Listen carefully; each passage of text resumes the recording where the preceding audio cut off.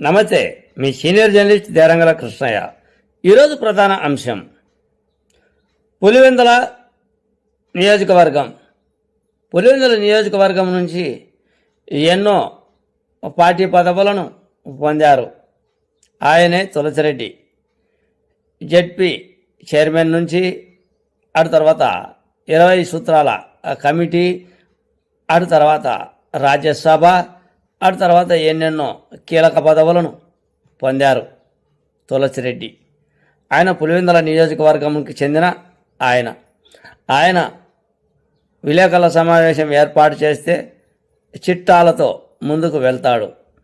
ఆ చిట్టాలతో ముందుకు వెళ్తే ఆయన ప్రసంగం అంతా ఇంత ఉండదు.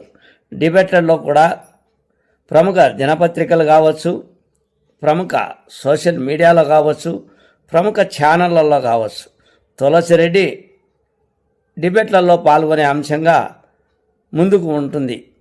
ఆయన వాక్చాతుర్యం, ఆయన డేటా, ఆయన ఏ ఆర్థిక కానీ రాజకీయం కానీ ఇతర కోణాల్లో కానీ డేటాతో సహా ముందుకు వస్తాడు.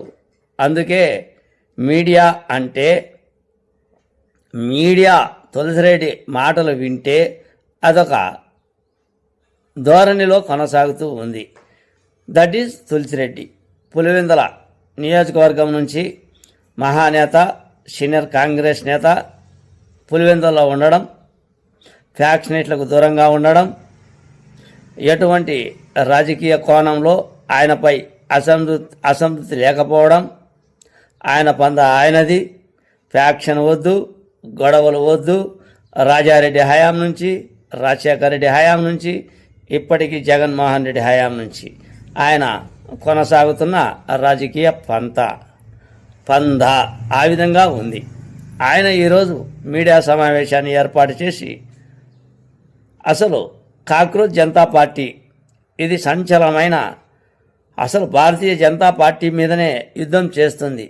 అటువంటి యువకుల పార్టీ ఈ కాక్రోచ్ జనతా పార్టీ.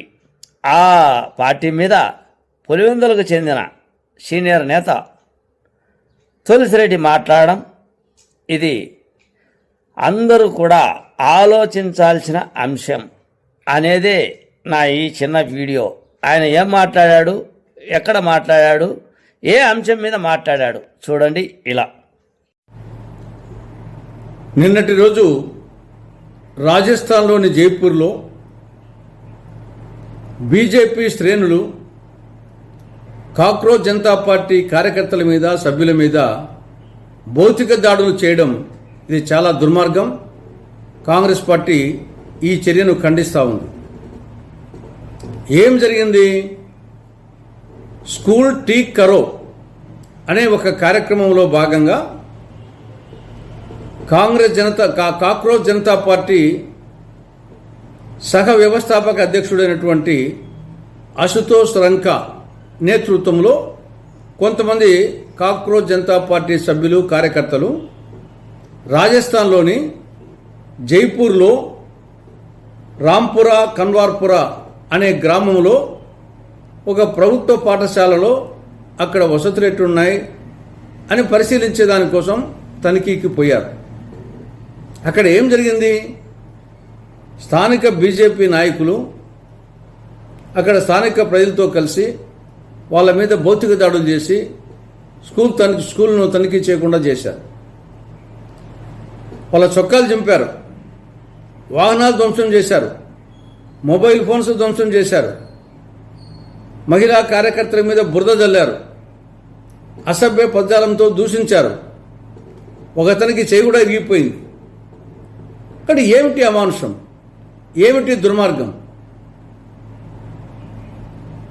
దీనివల్ల రాను రాను రోజు రోజుకు బీజేపీ కార్యకర్తల్లో, నాయకుల్లో ఒక అభద్రతాభావం, ఒక అసహనం అనేది రోజు రోజుకు పెరిగిపోతా ఉన్నట్టు స్పష్టమవుతా ఉంది.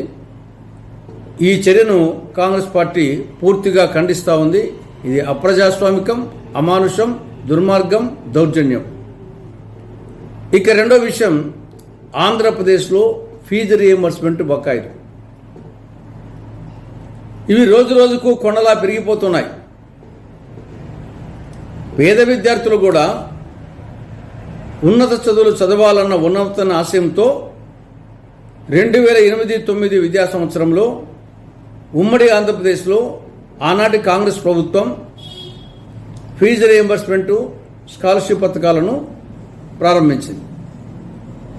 అంటే ప్రభుత్వమే విద్యార్థుల తరపున ఆ యాజమాన్యాలకు ఫీజు చెల్లిస్తుంది. దీనివల్ల కొన్ని లక్షల మంది పేద విద్యార్థులు ఉన్నత చదువులు చదివి ఉన్నత ఉద్యోగాలు పొంది ఉన్నత జీవన ప్రమాణాలతో జీవిస్తూ ఉన్నారు.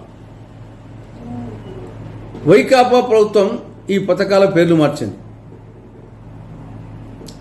ఫీజు రీయింబర్స్మెంట్ పథకానికేమో జగనన్న విద్యా దీవెన అని పేరు పెట్టింది. స్కాలర్షిప్ పథకానికేమో జగనన్న వసతి దీవెన అని పేరు పెట్టింది. ఇక కూటమి ప్రభుత్వం వచ్చిన తర్వాత మొత్తం ఈ పథకాలనే పూర్తిగా నిర్లక్ష్యం చేస్తూ ఉంది.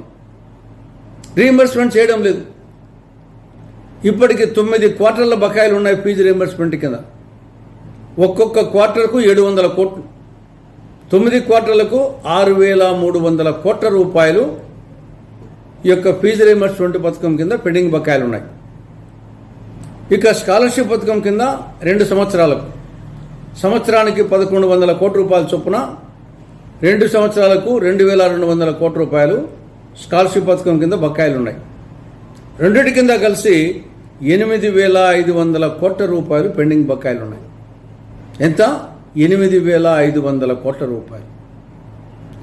కళాశాల యాజమాన్యాలు సిబ్బందికి జీతాలు ఇవ్వలేక, కరెంటు బిల్లులు కట్టలేక, మిగతా నిర్వహణ చేయలేక వాళ్ళు ఇబ్బందులు పడుతున్నారు. వాళ్ళేమో విద్యార్థుల మీద ప్రెజర్ చేస్తున్నారు, మీరన్నా కట్టండి అని చెప్పేసి. లేకుంటే సర్టిఫికెట్ ఏమో ఒరిజినల్ సర్టిఫికెట్ అంటున్నారు. దీనివల్ల విద్యార్థులు వీళ్ళు మానసిక వేదన గురవుతున్నారు. పేదలు ఫీజులు కట్టలేక, సర్టిఫికెట్లు పొందలేక, ఉన్నత చదువులకు పై చదువులకు పోలేక, ఉద్యోగాలు పొందలేక వీళ్ళు అవస్థపడుతున్నారు పిల్లలు, తల్లిదండ్రులు. కానీ ఇప్పటికే చాలా ఆలస్యమైంది.